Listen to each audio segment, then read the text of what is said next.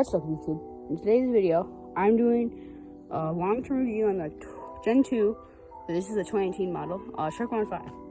And yeah, so this is my bike, my main bike. I have another bike, like an old Redline Rome, I think, BMX. I don't ride it that much, but I have it. And I have like a project, or just like a hybrid bike that I just fixed up. I'm trying to sell it right now. But yeah, and this thing, it's pretty much, it's pretty much the only bike I ride. It's a size small, 27.5 front and rear. I'm looking to upgrade to a mullet, so like doing a whole wheel build in the back with, I'm just gonna use this exact same rim, I think, and putting in like a, well, actually, never mind, I'm gonna use a, Sunringle MTX 33, and because that's a 26-inch rim, this is a 27.5 rim, I forgot it doesn't go down 26.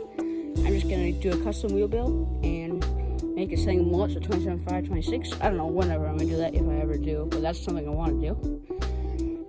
And yeah, I've had this bike for 2 years now. I got it in January of 2023, I think. And it's almost like September, so a little less than 2 years. So good long while. And yeah, it's gone through a lot of parts. I pretty much upgraded every part on it except for the handlebar, stem, and the front wheel. I think that's it really though. Oh, I mean, I guess like the seat, I haven't upgraded, or the clamp, but I put in a different, like the seat post frame, because, well, I just had one laying around and that one's a bit nicer. So put that in. So yeah, it's pretty much nothing is stock, all upgraded. I haven't set up for like a trail bike. This is a 100mm trail bike with really grippy tires, medium DHF, and a high roller 2 with triple compound Max Terra. And this thing has cush core and it has really strong rim. And then 4-piston brakes. In the front, some MT 400s. The rear brakes, I have Shimano Dior leopard and MT 200 caliper.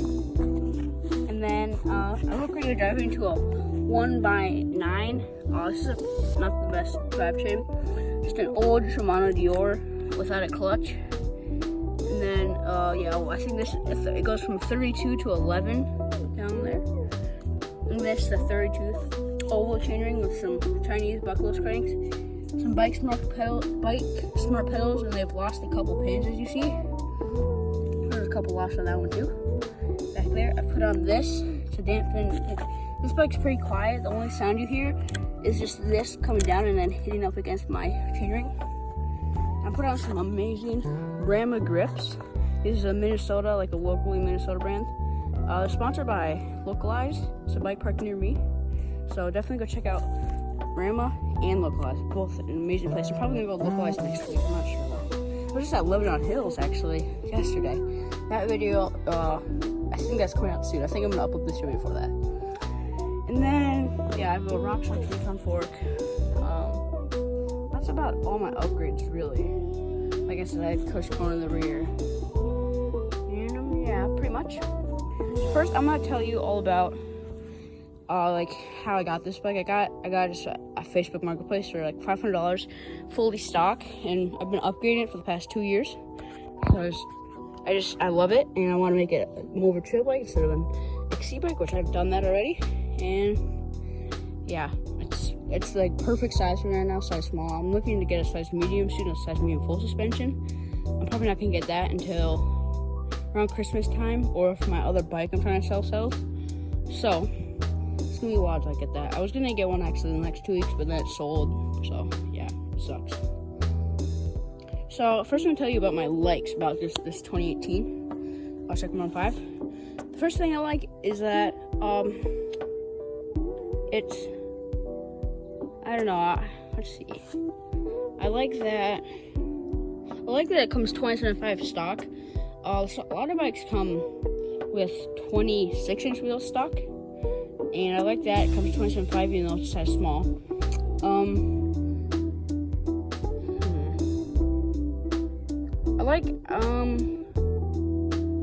I thought that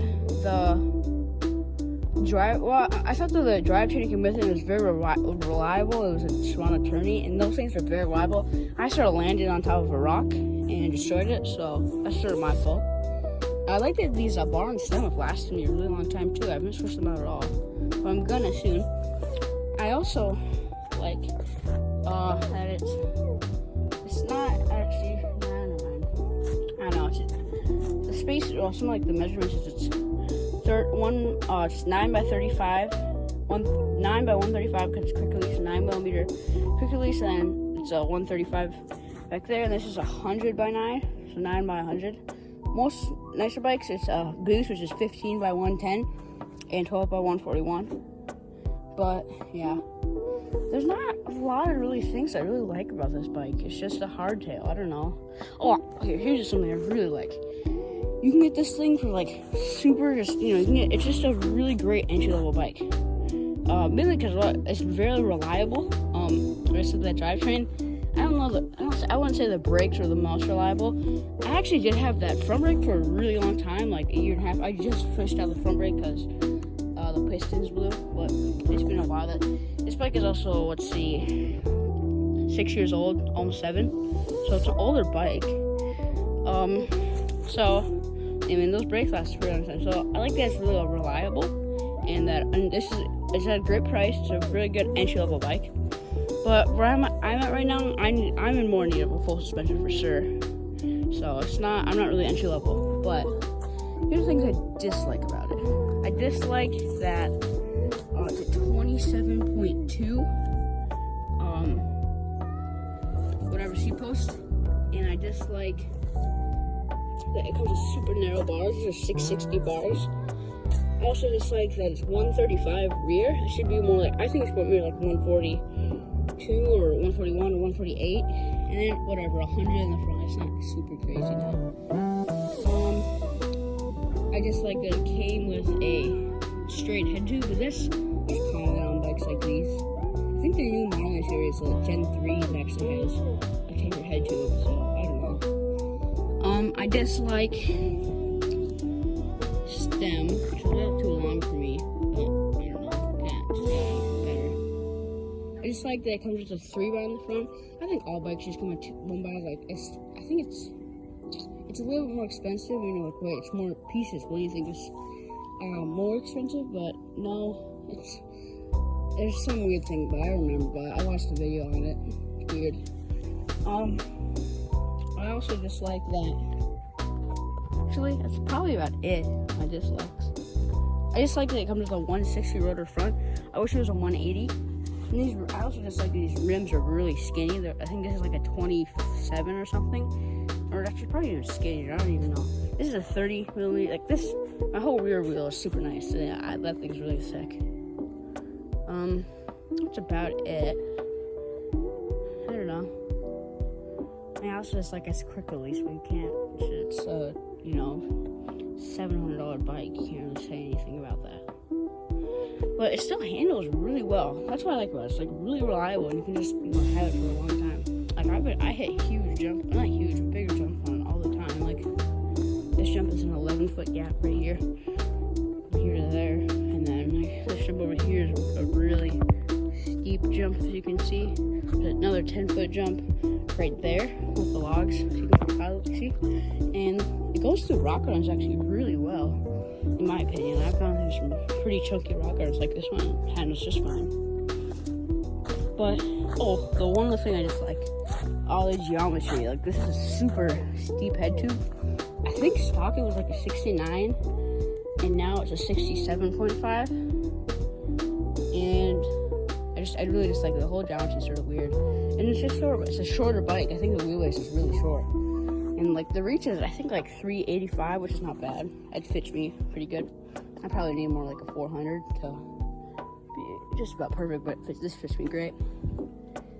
But yeah, I think now I'm gonna show you some riding clips, and then we'll come to the conclusion.